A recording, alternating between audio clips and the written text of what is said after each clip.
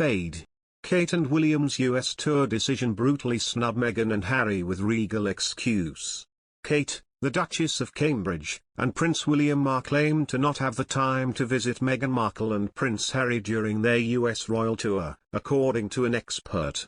Prince William and Kate will be making their first US trip in 8 years to host the Earthshot Prize Awards. Royal expert Neil Sean has pointed out how this visit could help repair the rift between William and Prince Harry. The Cambridges have a packed schedule. Speaking on his YouTube channel, he said, "It would be an ideal situation to take the time out to meet. When you think about it, both in the same country and away from prying eyes, because it's a little bit easier to get away from the media over there because it's such a vast place. You can arrange to meet anywhere, but sadly that will not be possible. They're planning a packed schedule with no private time for visits." Very nice and regally put. This all centers upon the fact that William is finding it very hard to move on from all those allegations that Harry put out about him and his family via Oprah.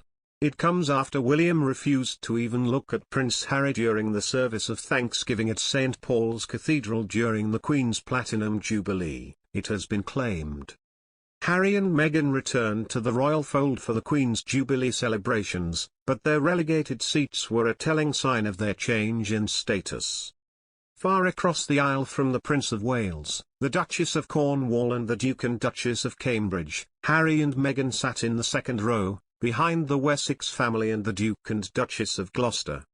Speaking to the Australian morning programme Sunrise, royal expert Russell Myers said, "It was very, very frosty inside the church. You could cut the atmosphere with a knife. The brothers didn't lock eyes or make eye contact at all. Harry was craning his neck to look at William and William didn't look back at him. I think there's still a lot of bad atmosphere going on and there needs to be a bit more water under the bridge until those brothers come back together." Working royals filled the front row chairs, meaning there was no place there for Harry and Meghan in the prime positions. They no longer use their HRH styles and the event was their first public appearance alongside the Windsors since they stepped down as senior royals 2 years ago amid the Megxit storm.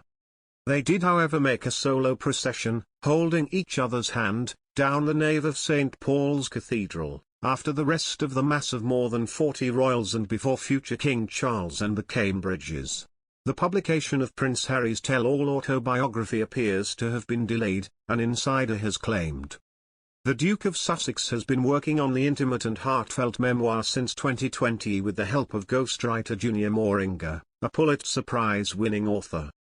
The as-yet untitled book, which could open new rifts just as Harry appeared to be repairing several family relationships after he and Meghan Markle quit royal duties and moved to America in 2020, had initially been penciled in for an autumn 2022 release date by publisher Random House.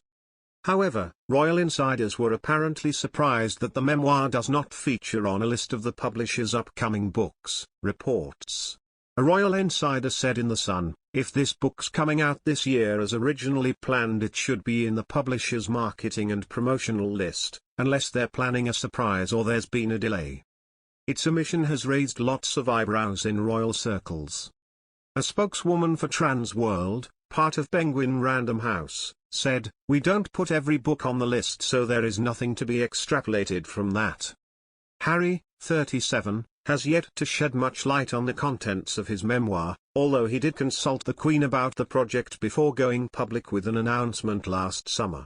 "I'm writing this not as the prince I was born but as the man I have become," he said of the upcoming book.